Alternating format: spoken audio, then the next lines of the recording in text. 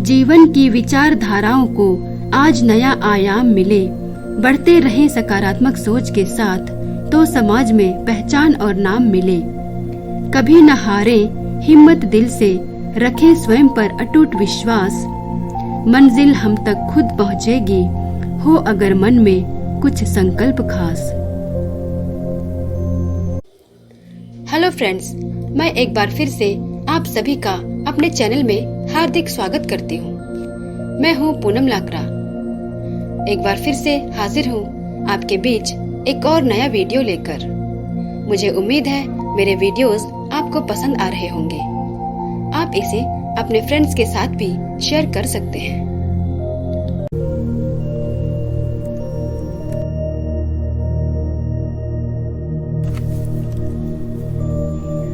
जरा सोच कर देखिए, एक मासूम बच्चे के दिल पर उस समय क्या गुजरती होगी जब वह बाकी बच्चों से अलग अपनी कक्षा के बाहर बैठकर पढ़ता होगा।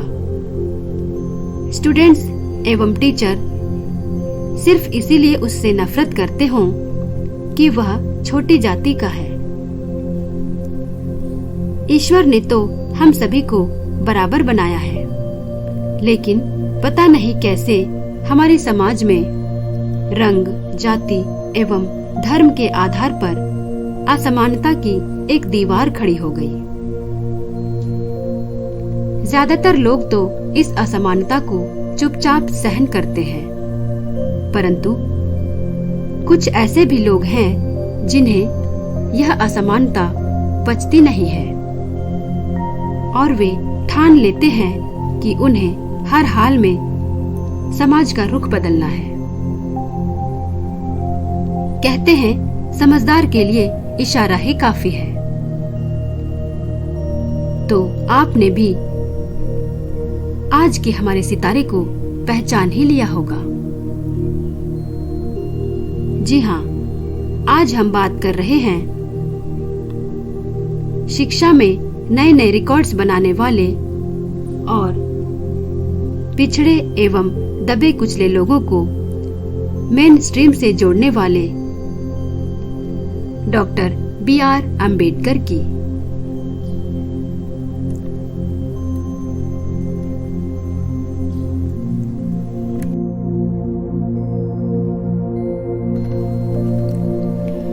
उन्होंने न सिर्फ देश की आजादी और संविधान बनाने में की रोल प्ले किया था, बल्कि अपने वर्सटाइल पर्सनैलिटी से समाज में बहुत बड़ा बदलाव लाते हुए संघर्ष, मेहनत और सफलता के मिसाल बन गए। उनका कार्यक्षेत्र बहुत विस्तृत था, इसलिए मैंने भी उनकी पूरी जीवन यात्रा को 2 पार्ट में डिवाइड किया है। पहले भाग में आज हम उनके अर्ली लाइफ, एजुकेशन एवं उनके द्वारा किए गए सोशल रिफॉर्म के विषय में चर्चा करेंगे। तो चलिए शुरू करते हैं बाबा साहब अम्बेडकर की जीवन की कहानी।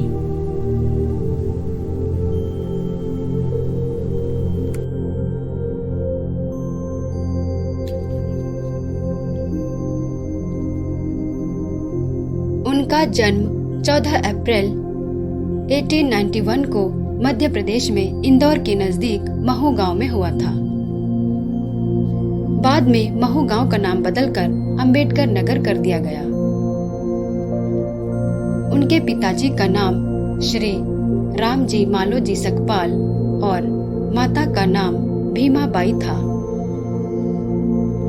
अंबेडकर जी अपने 14 भाई बहनों में सबसे छोटे थे। बड़ा परिवार होने के कारण उनका शुरुआती जीवन कठिनाइयों भरा रहा। पिताजी अपने खानदान की परंपरा को आगे बढ़ाते हुए ब्रिटिश आर्मी में मेजर सूबेदार के पद पर कार्यरत थे। जब 1894 में पिताजी फौज से रिटायर हो गए तो वे अपने पूरे परिवार को लेकर महाराष्ट्र के सतारा में रहने लगे। लेकिन कुछ ही दिनों के बाद किसी बीमारी की चपेट में आकर माताजी चल बसी। इन कठिन हालातों में अंबेडकर और अन्य भाई बहनों की देखभाल उनकी चाची ने की।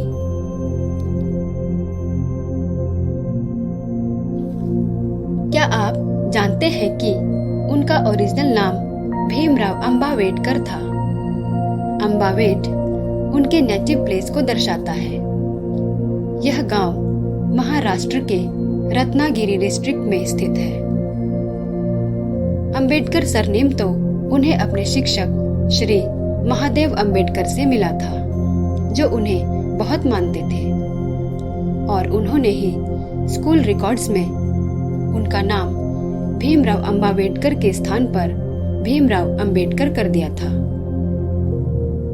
और बाद में वे इसी नाम से प्रसिद्ध हो गए।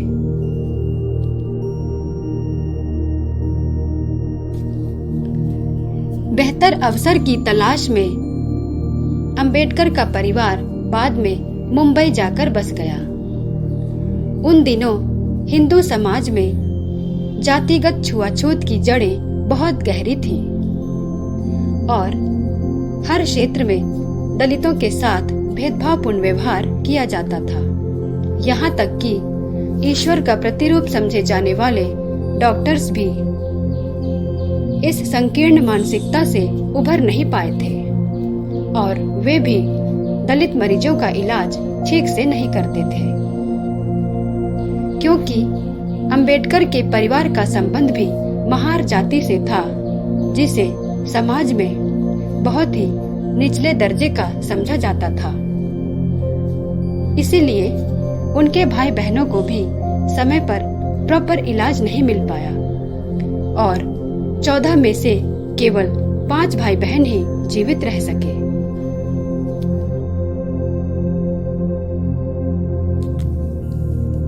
अंबेडकर जब अपने आसपास के बच्चों को स्कूल जाते हुए देखते थे तो उनका मन उदास हो जाता था, क्योंकि वे भी पढ़ना चाहते थे, लेकिन उनके दलित होने का हवाला देकर कोई भी स्कूल उन्हें एडमिशन नहीं दे रहा था। हार मानकर उनके पिताजी अपनी फरियाद लेकर एक ब्रिटिश सैनिक अधिकारी के पास गए। उन्होंने उनसे कहा कि मैंने जीवन भर देश की सेवा की है, इसके बावजूद यदि मेरे बच्चों को स्कूल में एडमिशन भी न मिल पाए तो मेरे लिए इससे बड़ी लाचारी की बात और क्या हो सकती है। उस अधिकारी के इंटरफेरेंस से अंबेडकर और उनके भाइयों को एडमिशन तो मिल गया, लेकिन विद्या के इस मंदिर में भी उन्हें कदम कदम पर जातीयता के कड़वे घूंट पीने पड़े। उनके साथ उठना बैठना तो क्या, लोग उनसे सीधे मुंह बात तक नहीं करते थे।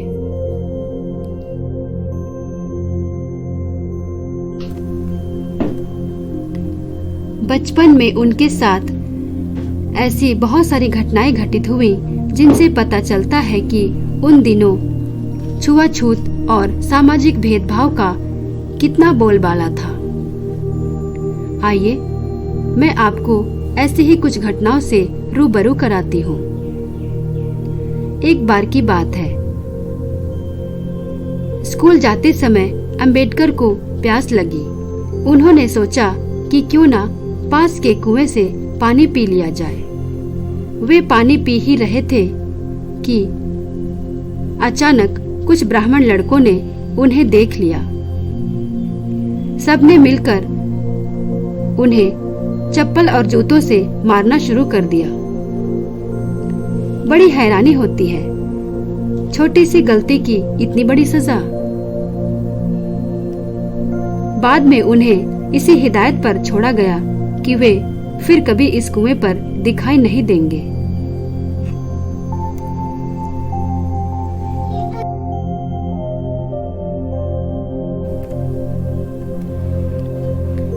सतारा स्थित प्रताप सिंह हाई स्कूल वही स्कूल था जहां अंबेडकर 7 नवंबर सन 1900 को पहली बार एक विद्यार्थी के रूप में दाखिल हुए थे। इस दिन को यादगार बनाने के लिए महाराष्ट्र में हर साल यह दिन विद्यार्थी दिवस के रूप में मनाया जाता है। क्लास में अक्सर अंबेडकर और उनके भाइयों को लाइन में सबसे पीछे बिठाया जाता था।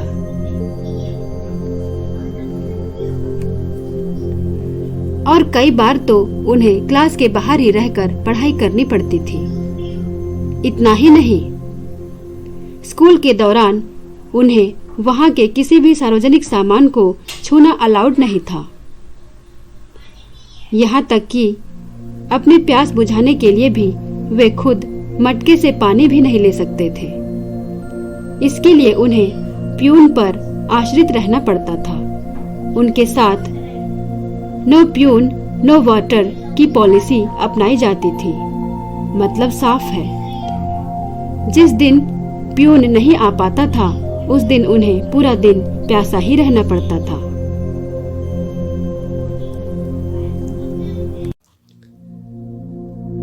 वे अपने भाइयों के साथ पैदल ही स्कूल जाया करते थे। एक दिन जब वे स्कूल से घर की तरफ लौट रहे थे तो उन्हें एक बैलगाड़ी वाला मिला। उसने कहा, आकर बैठ जाओ, मैं तुम लोगों को घर तक छोड़ देता हूँ। क्योंकि उस समय गाड़ी में कोई और सवारी नहीं थी, इसलिए वे सभी निश्चिंत होकर बैठ गए। कुछ दूर चलने के बाद पता नहीं गाड़ी वाले के मन में क्या सूझा। उसने उनसे पूछा, तुम किस जाति के हो?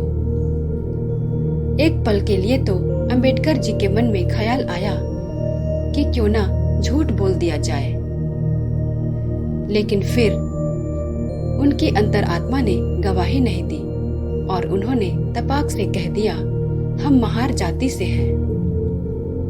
इतना सुनते ही गाड़ी वाला आग बबूला हो गया। उसने न सिर्फ उन्हें तुरंत उतर जाने के लिए कहा, बल्कि उनसे दुगुना किराया भी मांगा।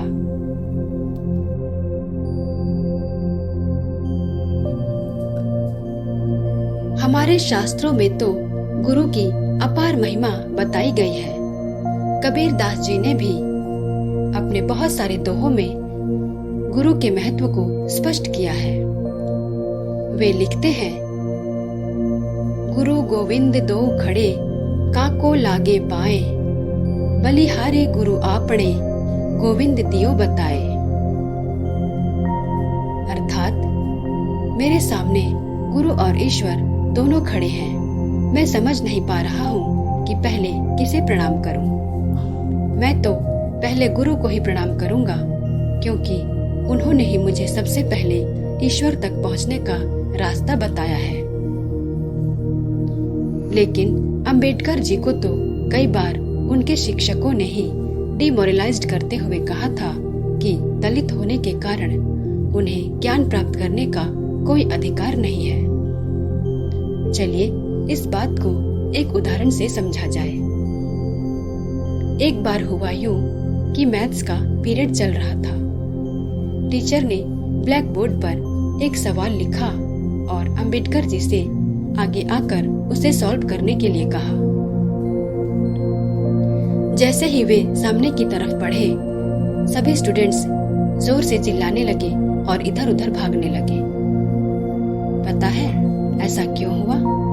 क्या आप अंदाजा लगा सकते हैं?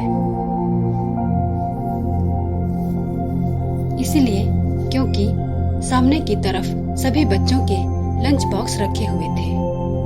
उनकी धारणा थी कि अंबेडकर जी की परछाई पड़ते ही उनका खाना अपवित्र हो जाएगा। हैरानी की बात तो यह है कि उस समय टीचर ने भी उन्हें सपोर्ट नहीं किया।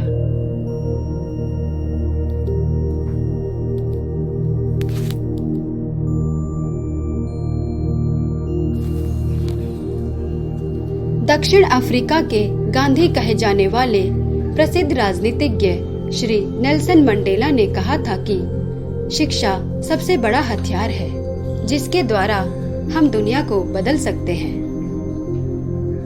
इसीलिए अंबेडकर जी भी सारी चुनौतियों को नजरअंदाज करते हुए अपनी पढ़ाई पर लगातार कंसंट्रेट कर रहे थे। वे भी जानते थे कि बिना ज्ञान के वे लोगों की मानसिकता बदल नहीं सकते हैं। इसी बीच उनके पिताजी ने दूसरा विवाह करने का फैसला किया ताकि सभी बच्चों की सही परवरिश हो सके। लेकिन अंबेडकर जी को उनकी यह बात बिल्कुल भी नहीं जमी। उन्होंने सोचा कि क्यों ना पढ़ाई छोड़ दिया जाए और घर से बाहर रहकर 2 पैसे कमाए जाएं। शहर जाने के लिए उनके पास पैसे तो थे नहीं। पैसे का इंतजाम कहां से किया जाए, इसी उहापोह में उनके मन में एक आइडिया आया। रात में जब सभी सो रहे थे तो उन्होंने चुपके से अपनी चाची का बटुआ चुरा लिया। मन ही मन खुश हो रहे थे कि चलो शहर जाने का इंतजाम तो हो गया। लेकिन जब पर्स खोलकर चेक किया तो उन्होंने अपना सिर पीट लिया, क्योंकि उसमें सिर्फ आधा आना ही था। इसके बाद उन्होंने काम करने का इरादा त्याग दिया। उन्होंने निश्चय कर लिया कि चाहे जो भी हो जाए वे अपनी पढ़ाई जारी रखेंगे।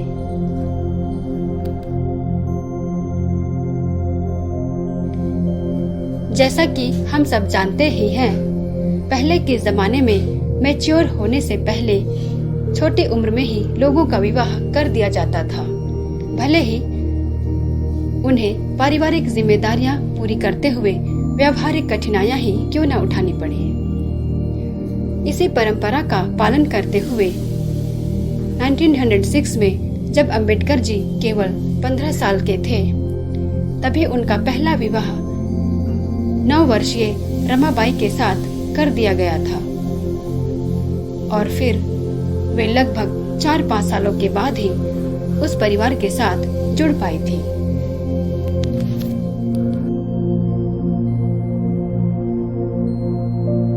इसके बाद वे और भी अधिक डेडिकेशन के साथ पढ़ाई करने लगे और फिर वह दिन भी आ गया जब 1907 में वे अपने परिवार एवं पूरे दलित समाज में मैट्रिकुलेशन की परीक्षा पास करने वाले पहले व्यक्ति बन गए।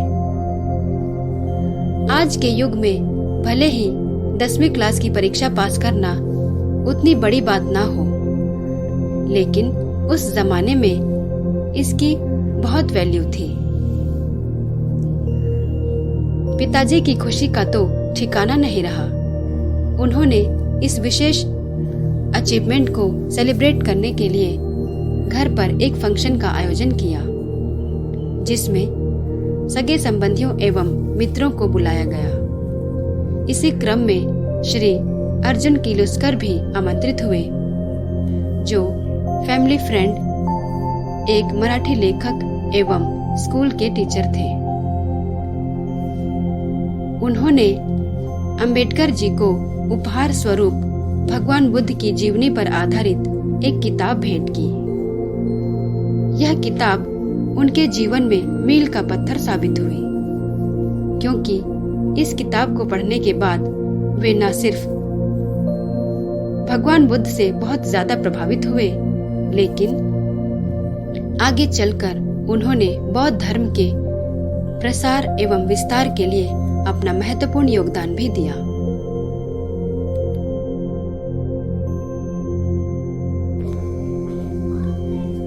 फिर उन्होंने बॉम्बे यूनिवर्सिटी के अंतर्गत जाने माने एल्फिंस्टन कॉलेज में दाखिला ले लिया, जहां से सन 1912 में उन्होंने इकोनॉमिक्स और पॉलिटिकल साइंस में बीए की डिग्री प्राप्त कर ली। उनका कहना था कि अपनी जाति में ग्रेजुएट होने वाले वे पहले व्यक्ति थे। इसके कुछ समय बाद लंबे समय तक बीमार रहने के कारण 2 फरवरी 1913 को उनके पिताजी का देहांत हो गया।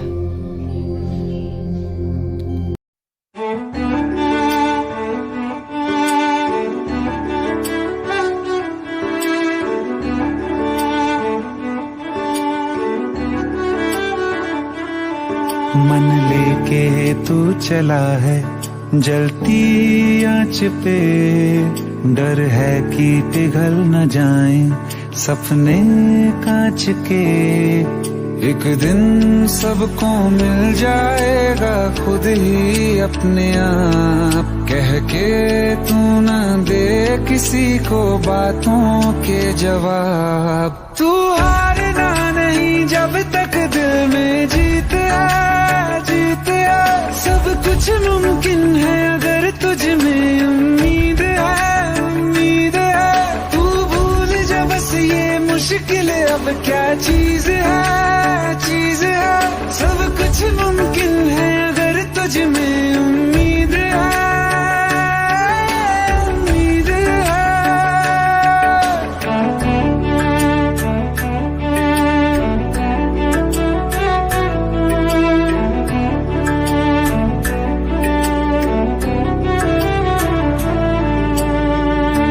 आसान नहीं है सफर तेरा, आया नहीं है हश्र तेरा। मिलती अगर है नाकामियां, राहों में है जो दुश्वारियां।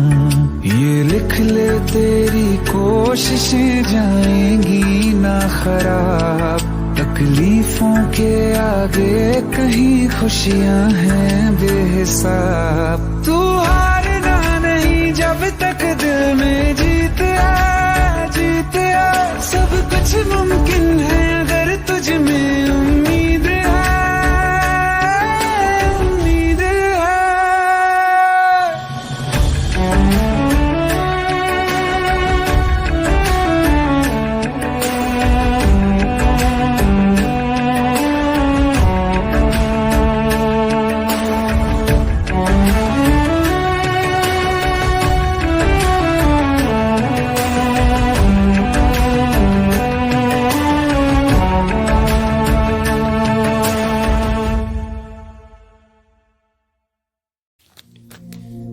प्रसिद्ध विद्वान स्वेट मार्डन ने कहा था कि ईश्वर प्रत्येक मनुष्य को जीवन में एक बार ऐसा सुअवसर जरूर प्रदान करता है जिसका लाभ उठाकर वह धन, वैभव और सम्मान के साथ जीवन व्यतीत कर सकता है। जहां एक तरफ तिरस्कार और डिस्क्रिमिनेशन से आए दिन अंबेडकर जी का मन घायल हो रहा था, वहीं दूसरी तरफ बड़ौदा स्टेट, जिसे आज हम गुजरात के नाम से जानते हैं, की स्कॉलरशिप स्कीम उनके लिए उम्मीद की एक किरण बनकर आई। दरअसल बड़ौदा स्टेट के महाराज सायाजी राव गायकवाड़ ने पिछड़ी जातियों में हायर एजुकेशन को बढ़ावा देने के लिए एक विशेष स्कॉलरशिप स्कीम की शुरुआत की थी, जिसके अंतर्गत चुनिंदा विद्यार्थियों को अमेरिका में पढ़ने के लिए भेजा जाता था। सौभाग्य से जब अंबेडकर जी ने बीए पास कर लिया तो उन्हें भी इस स्कॉलरशिप के लिए चुना गया। वे 1913 में न्यूयॉर्क शहर के नामी गिरामी कोलंबिया यूनिवर्सिटी में एडमिशन पाने में सफल हो गए।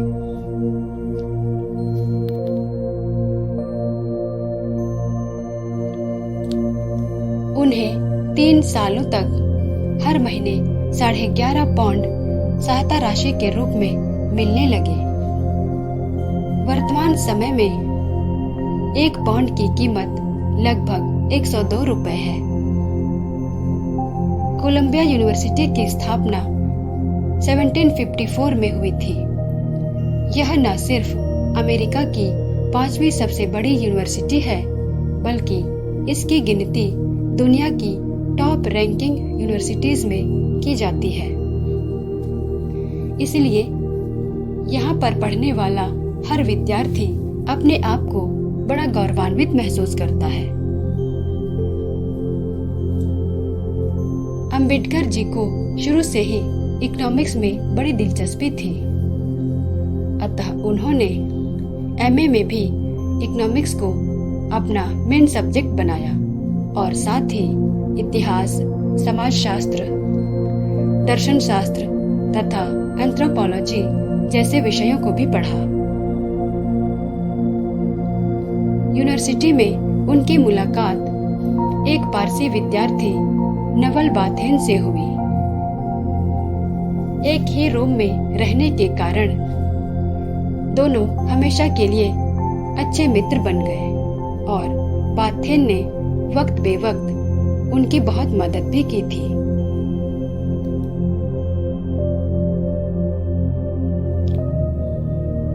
अमेरिका जैसे बड़े देशों में यह कल्चर रहा है कि वहाँ पर लोग काम को छोटा या बड़ा नहीं समझते हैं। शायद यही उनकी प्रगति का राज है। अपने स्टैंडर्ड को मेंटेन रखने और अपनी व्यक्तिगत जरूरतें पूरी करने के लिए विद्यार्थियों को कोई न कोई पार्ट टाइम जॉब जरूर करनी पड़ती है। यह बात मैंने किताबों में तो पढ़ी ही है। अमेरिका तथा इंग्लैंड में रहने वाले मेरे कुछ मित्रों ने भी इस बात को स्पष्ट किया है। पढ़ाई के बाद जो समय बचता था उसमें अंबेडकर जी भी साफ सफाई करके अपनी पॉकेट मनी का खर्चा निकाल लेते थे, क्योंकि स्कॉलरशिप के अलावा उनके पास इनकम का और कोई सोर्स नहीं था।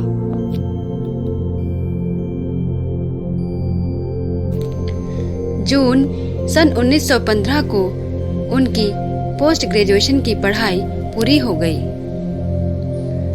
फिर उन्होंने एक के बाद एक 2 थीसिस लिखे। पहले थीसिस का विषय था एंशिएंट इंडियन कॉमर्स तथा दूसरे का विषय था नेशनल डिविडेंड ऑफ इंडिया।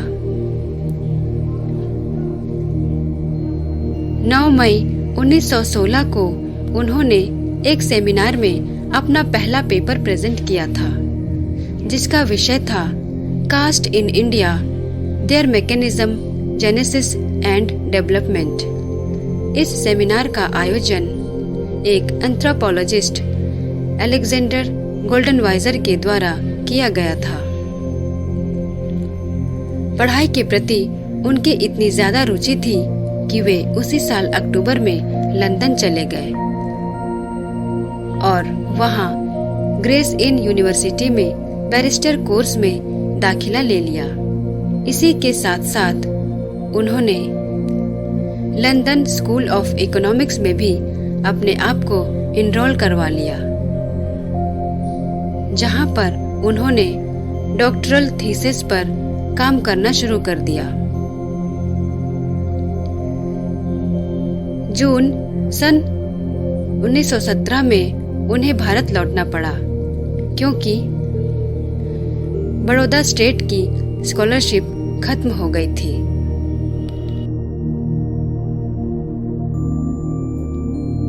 एक एग्रीमेंट के तहत अंबेडकर जी को अपनी शिक्षा पूरी करने के बाद 10 सालों तक बड़ौदा राज्य के लिए काम करना था। अतः भारत लौटने के तुरंत बाद ही उन्हें अकाउंटेंट जनरल के ऑफिस में एक सीनियर प्रोविजनरी ऑफिसर के तौर पर नियुक्त कर लिया गया। लेकिन वहां भी उन्हें हर दिन अपनी अस्मिता की लड़ाई लड़नी पड़ रही थी। उनके कुलीग्स उन्हें नीचा दिखाने का कोई भी मौका नहीं छोड़ते थे, क्योंकि ऊंची जाति के लोगों को यह गवारा नहीं था कि कोई भी निम्न जाति का व्यक्ति उनका अधिकारी बने।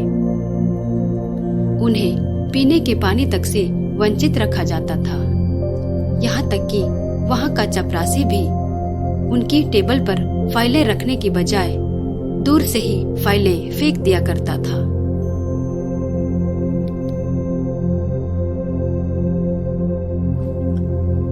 दूसरी तरफ एड़ी चोटी का जोर लगाने के बावजूद भी शहर भर में कोई उन्हें किराए पर रखने को तैयार नहीं था।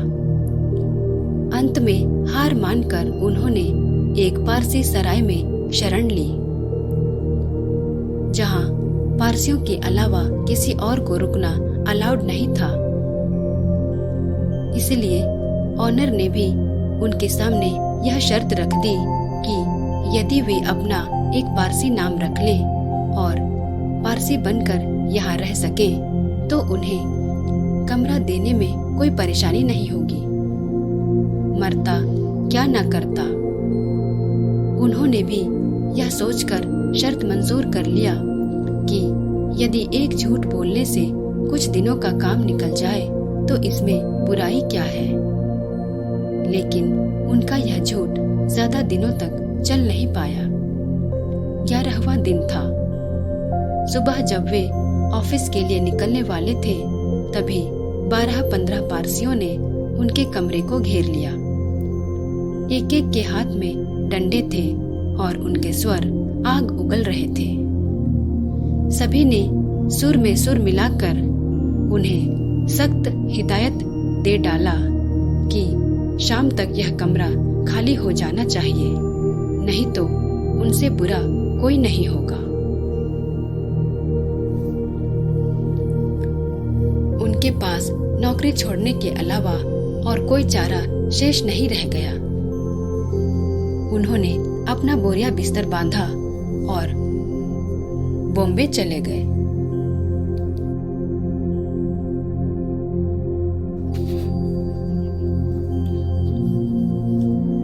बॉम्बे पहुंचने के बाद उन्होंने लेक्चररशिप के लिए अप्लाई कर दिया और जल्दी ही वे एक कॉमर्स कॉलेज में इकोनॉमिक्स के प्रोफेसर नियुक्त हो गए। उन्हें यकीन था कि कम से कम एजुकेशनल इंस्टीट्यूशन में उनके साथ भेदभाव नहीं होगा। लेकिन सदियों से जातिवाद में जकड़े समाज में ऐसा कहाँ संभव था। पहले ही दिन से विद्यार्थी उनका मजाक उड़ाने लगे। वे आपस में कहते थे कि क्या एक लोअर कास्ट वाले को भी पता है कि इंग्लिश कैसे बोली जाती है। जब वे स्टाफ रूम में पहुंचते तो बाकी प्रोफेसर्स उनसे दूरी बनाए रखते।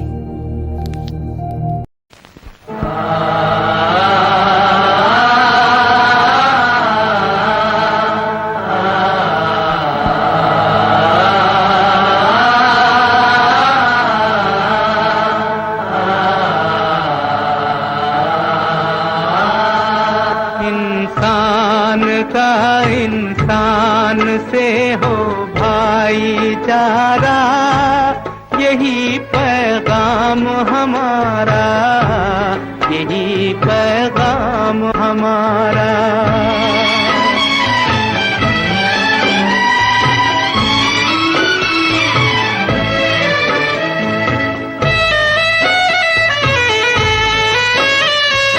नए जगत में हुआ पुराना ऊंच नीच का किस्सा, सबको मिले मेहनत के मुताबिक अपना अपना हिस्सा, सबके लिए सुख का बराबर हो बंटवारा, यही पैगाम हमारा, यही पैगाम हमारा।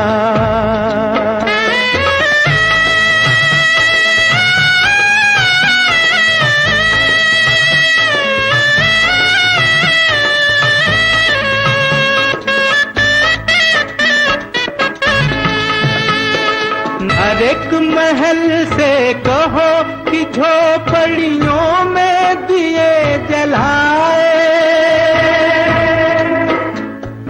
छोटों और बड़ों में अब कोई फर्क नहीं रह जाए।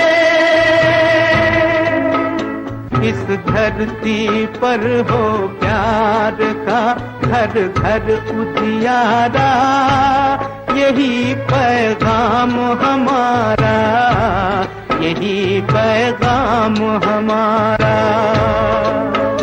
इंसान का इंसान से हो भाईचारा, यही पैगाम हमारा, यही पैगाम हमारा। हर एक महल से कहो कि झोपड़ियों में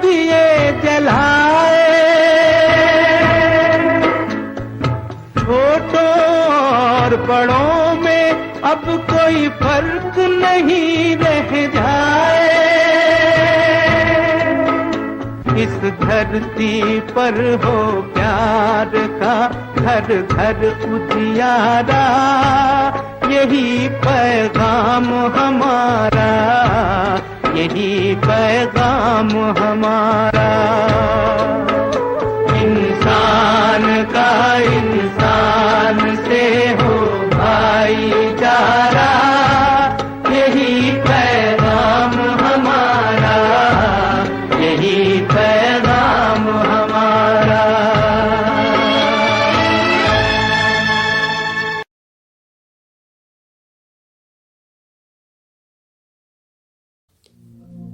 अंबेडकर जी को तरह तरह की किताबें पढ़ने में बड़ा मजा आता था। अमेरिका और लंदन में रहते हुए उन्होंने सिलेबस के साथ साथ बहुत सारी दूसरी किताबें भी पढ़ डाली थी। मैंने आपको बताया था कि कमजोर आर्थिक स्थिति के कारण ही उन्हें डॉक्टरेट की पढ़ाई बीच में ही छोड़कर भारत लौटना पड़ा था, लेकिन उनकी मेहनत बेकार नहीं गई। पढ़ाई के प्रति उनकी रुचि और पिछले वर्षों में उनके द्वारा किए गए कार्यों को देखते हुए लंदन स्कूल ऑफ इकोनॉमिक्स ने उन्हें 4 सालों के अंदर लंदन लौटने और अपना थीसिस जमा कराने की अनुमति प्रदान कर दी थी। यह सूचना पाकर उन्होंने राहत की सांस ली होगी।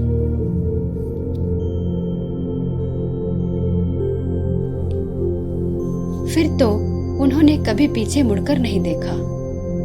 मौके पे चौका लगाते हुए एक के बाद एक कई डिग्रियां प्राप्त कर ली। 1921 में उन्हें कोलंबिया यूनिवर्सिटी के द्वारा इकोनॉमिक्स में पीएचडी की डिग्री प्राप्त हुई और 1922 में लंदन यूनिवर्सिटी ने उन्हें एमएससी और डीएससी यानी doctorate of science in economics प्रदान की। डीएससी में उनके थीसिस का विषय था problem of the rupee, its origin and it's solution. 1923 में ग्रेज इन विधि संस्थान ने उन्हें लॉ इन बैरिस्टर की उपाधि प्रदान की। फ्रांस के सेना नायक, सम्राट एवं डिक्टेटर ने ठीक ही कहा था, अवसर के बिना काबिलियत कुछ भी नहीं है।